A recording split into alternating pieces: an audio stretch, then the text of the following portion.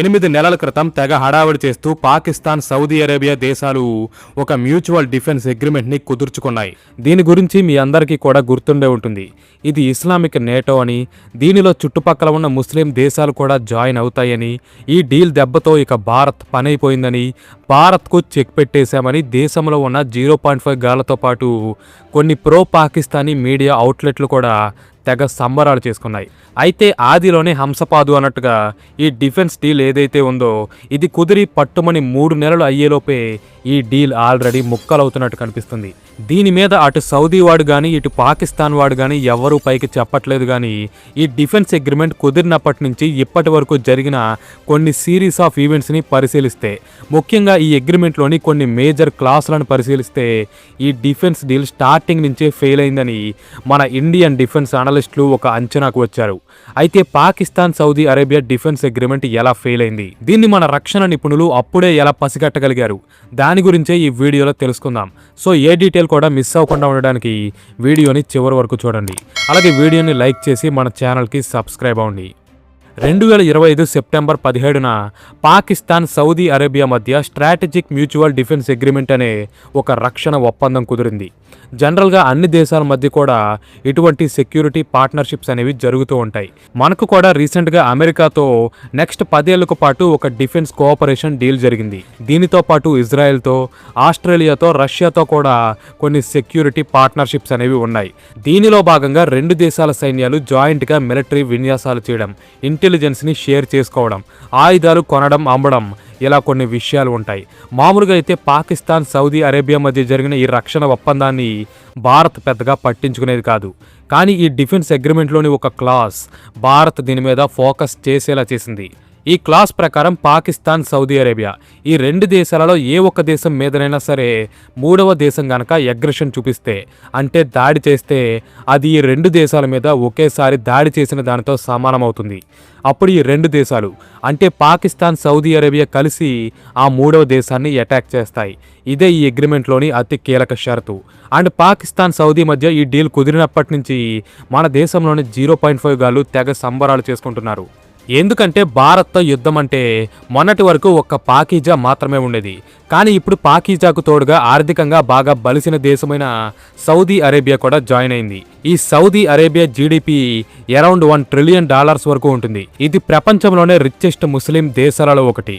Next ఇదొక chain reaction లాగా మారి ఈ పాక్, సౌదీ గుంపులో చుట్టుపక్కల ఉన్న మరిన్ని ముస్లిం దేశాలు కూడా చేరతాయని, ఇదొక ఇస్లామిక్ నేటోలా మారి ఫ్యూచర్లో భారత్ని చెడుగుడాడుతుందని దేశంలోని 0.5 గాలు తెగ కలలు కంటున్నారు.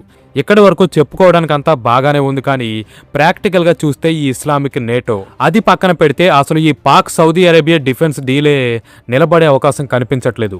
దీనికి ఒక రీసెంట్ ఎగ్జాంపుల్ కూడా ఉంది. పాకిస్తాన్, సౌదీ అరేబియా మధ్య డిఫెన్స్ డీల్ ఎప్పుడు కుదిరింది? సెప్టెంబర్ 17న.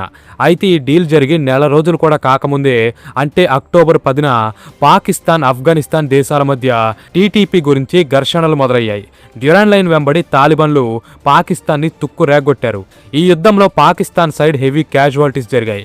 పాకిస్తాన్కు సంబంధించిన చాలా మిలిటరీ పోస్టులను ఆఫ్ఘాన్ ధ్వంసం చేసింది. చాలామంది పాకిస్తానీ సైనికులు చనిపోయారు. ఈ విషయం మీకు కూడా గుర్తుండే ఉంటుంది. ఇక్కడ పాయింట్ ఏంటంటే పాకిస్తాన్, సౌదీ అరేబియా మధ్య నిజంగానే నాటో స్టైల్ లాంటి ఒక రక్షణ ఒప్పందం జరిగి ఉంటే, వీళ్ళు గొప్పలు చెప్పుకుంటున్నట్టుగా ఆ క్లాస్కి నిజంగానే అంత విలువ ఉంటే, పాకిస్తాన్ మీద అగ్రెషన్ చూపించినందుకు సౌదీ అరేబియా కూడా ఆఫ్ఘనిస్తాన్ మీద దాడి చేసి ఉండాలి. కానీ అలా జరగలేదు. అసలు సౌదీ అరేబియా ఇన్సిడెంట్ మీద కనీసం స్పందించలేదు. దీన్ని బట్టి ఈ రక్షణ ఒప్పందం ఎంత స్ట్రాంగ్గా ఉందో మనం అర్థం చేసుకోవచ్చు. పైగా ఆఫ్ఘనిస్తాన్ ఏమైనా బలమైన దేశమా అంటే కాదు. ఆఫ్ఘనిస్తాన్ దగ్గర ఆర్మీ, ఎయిర్ ఫోర్స్, యుద్ధ వాహనాలు, తుపాకులు, ఇలా సరైన ప్రాపర్ ఎక్విప్మెంట్ కూడా లేదు. కేవలం వార్ ఎక్స్పీరియన్స్ ఉన్న, గెరిల్లా వార్ఫేర్ తెలిసిన కొంతమంది ఫైటర్లు మాత్రమే ఉన్నారు. అలాంటి మామూలు తాలిబాన్ల యుద్ధ రంగంలో పాకిస్తాన్ ప్యాంటు తడిచిపోయేలా చేసినప్పుడు రేపు భారత్ లాంటి సైనికంగా, ఆర్థికంగా, టెక్నాలజీ పరంగా బలమైన దేశంతో పాకిస్తాన్ యుద్ధానికి దిగితే సౌదీ అరేబియా డైరెక్ట్గా ఇన్వాల్వ్ అవుతుందనుకోవడం, భారత్కు వ్యతిరేకంగా పాకిస్తాన్కి మిలిటరీ సహాయం చేస్తుందనుకోవడం పాకిస్తాన్ భ్రమే అవుతుంది. ఇక్కడ సౌదీ అరేబియాకు కూడా పెద్ద చెప్పుకోదగ్గ సైన్యమేమీ లేదు. భారత్తో పోల్చుకుంటే అది దిగదూడిపే. పైగా సౌదీ దగ్గర ఉన్న ఆయుధాలన్నింటినీ ఆయుధాలన్నింటినీ కూడా అమెరికానే ఇచ్చింది.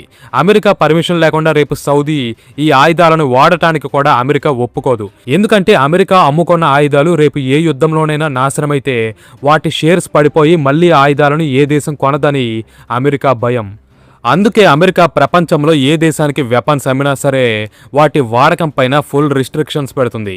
ఈ కారణంగానే ఆపరేషన్ సింధూర్ టైంలో పాకిస్తాన్ కూడా దాని F-16 జెట్స్ని ఉపయోగించకుండా దాచుకుంది. అయితే తర్వాత భారత్ పాకిస్తాన్ సీక్రెట్గా దాచుకున్న F-16స్ని కూడా లేపేసింది అనుకోండి. అందుకే ట్రంప్ భారత్ మీద పగబట్టాడు. అయితే అది వేరే విషయం. సో పాకిస్తాన్ లాంటి ఒక అన్ప్రొడక్టివ్ అసలు భవిష్యత్తే లేని దేశం కోసం కొన్ని రోజులు ఆగితే అసలు పాకిస్తానే ఉంటుందో లేదో కూడా ఎవరికి తెలీదు. అలా ఉన్న ఇప్పుడు పరిస్థితులు అక్కడ ఒక పక్క ఆర్థిక సంక్షోభం, మరో పక్క ఇమ్రాన్ ఖాన్ సివిల్ వార్, ఇంకో పక్క టీటీపీ ఉగ్రదాడులు, మరో పక్క బలూచిస్తాన్ అలర్లు, ఆఫ్ఘనిస్తాన్తో బోర్డర్ ప్రాబ్లం, భారత్తో కాశ్మీర్ ప్రాబ్లం. ఇలా పాకిస్తాన్ ఇప్పుడు అల్లకల్లోలంగా మారింది. కర్ణుడి చావుకి 100 కారణాలు అన్నట్టుగా ఈ పాకిస్తాన్ మొక్కలవడానికి అంతకన్నా ఎక్కువ కారణాలే ఉండబోతున్నాయి. అలాగే భారత్ సౌదీ అరేబియా మధ్య కూడా ఇప్పుడు మంచి సంబంధాలు ఉన్నాయి. ప్రస్తుతం భారత్ సౌదీకు 3వ అతిపెద్ద ట్రేడ్ పార్ట్నర్గా ఉంది. భారత్ సౌదీ నుంచి పెద్ద మొత్తంలో ఆయిల్ని ఇంపోర్ట్ చేసుకుంటుంది. సౌదీకి చెందిన అరామ్కో లాంటి కంపెనీస్ భారత్లో హెవీగా ఇన్వెస్ట్ చేశాయి. అలాగే సౌదీ అరేబియాకు విజన్ 2030 అనే ఒక గోల్ కూడా ఉందిలేండి. 2030 నాటికి సౌదీ అరేబియా దాని ఎకానమీని మరింత బలపరుచుకోవాలనుకుంటుంది. దీనికోసం ఇప్పుడు అక్కడ ఎన్నో ఇన్ఫ్రాస్ట్రక్చర్ ప్రాజెక్ట్స్ జరుగుతున్నాయి. అండ్ ఈ గోల్ని ఫుల్ఫిల్ చేసుకోవాలంటే సౌదీకు భారత్ అందించే huge work force, human resources అనేది చాలా అవసరం. సో పాకిస్తాన్ లాంటి ఒక రోడ్డున పడ్డ దేశం కోసం సౌదీ అరేబియా భారత్తో ఉన్న మంచి రిలేషన్స్ని చెడగొట్టుకుని మరి భారత్ మీద దాడి చేస్తుంది అనేది అసలు అవుట్ ఆఫ్ ఈక్వేషన్. అసలు దానికి పాసిబిలిటీయే లేదని చెప్పాలి. ఎందుకంటే భారత్తో స్నేహం చేస్తే సౌదీకి లాభం జరుగుతుంది. అదే పాకిస్తాన్ నుంచి సౌదీకి రూపాయి లాభం లేదు. ఈ విషయం సౌదీ అరేబియా లీడర్స్కు కూడా బాగా తెలుసు. ఇన్ని పాసిబిలిటీస్ని పరిశీలించే మన అనలిస్టులు పాకిస్తాన్ సౌదీ అరేబియా యొక్క డిఫెన్స్ డీల్ స్టార్టింగ్ నుంచే ఫెయిల్ అయినట్టుగా ఒక అంచనాకు వచ్చారు.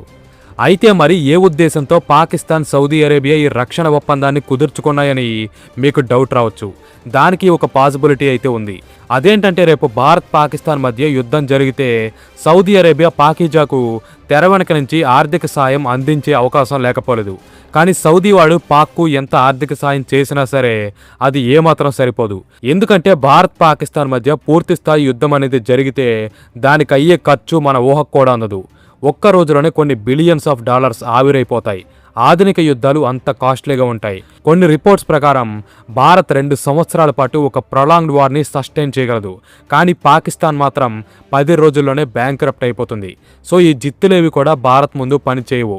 అయితే సౌదీ అరేబియా పాకిస్తాన్తో డిఫెన్స్ డీల్ని కుదుర్చుకోవడానికి అసలు కారణం ఇరాన్ అని చెప్పచ్చు. ఎందుకంటే ఇరాన్ సౌదీ అరేబియాకి ఎప్పటి నుంచో గొడవలు ఉన్నాయి. ఈ 2 దేశాలు కూడా కొన్ని దశాబ్దాలుగా ఇండైరెక్ట్గా ప్రాక్సీలతో యుద్ధం చేస్తున్నాయి. ఇక్కడ 2 ముస్లిం దేశాలే, కానీ నువ్వు సున్నీ నేను షియా అనే విభేదాలు ఉన్నాయి. అలాగే మిడిల్ ఈస్ట్ ప్రాంతాన్ని ఎవరు కంట్రోల్ చేయాలి, ట్రేడ్ రూట్స్ని ఎవరు కంట్రోల్ చేయాలన్న దాని మీద కూడా ఈ 2 దేశాల మధ్య పోటీ ఉంది. సో ఇక్కడ ఇరాన్కు వ్యతిరేకంగా పాకిస్తాన్ని సౌదీ వాడుకోవాలనుకుంటుంది. పాకిస్తాన్కి కొంత డబ్బుని ముష్టిగా పడేసి దాని సైనికులని ప్రైవేట్ మెర్సనరీస్ లాగా, అంటే కిరాయి గోండాలలాగా వాడుకొని ఇరాన్కు చెక్ పెట్టాలన్నదే సౌదీ అరేబియా యొక్క అసలు ప్లాన్. అంతకు మించేమీ కాదు. అందుకే పాకిస్తాన్ సౌదీ అరేబియా మధ్య జరిగిన ఈ రక్షణ ఒప్పందం స్టార్టింగ్ నుంచే ఒక ఫెయిల్డ్ అగ్రిమెంట్ అని చెప్పచ్చు. అయితే దీనిపై మీ ఒపీనియన్ ఏంటి? ఖచ్చితంగా కామెంట్ చేయండి. అలాగే వీడియో నచ్చితే లైక్ చేయండి. మన ఛానల్కు సబ్స్క్రైబ్ అవ్వండి. Thanks for watching. జై హింద్.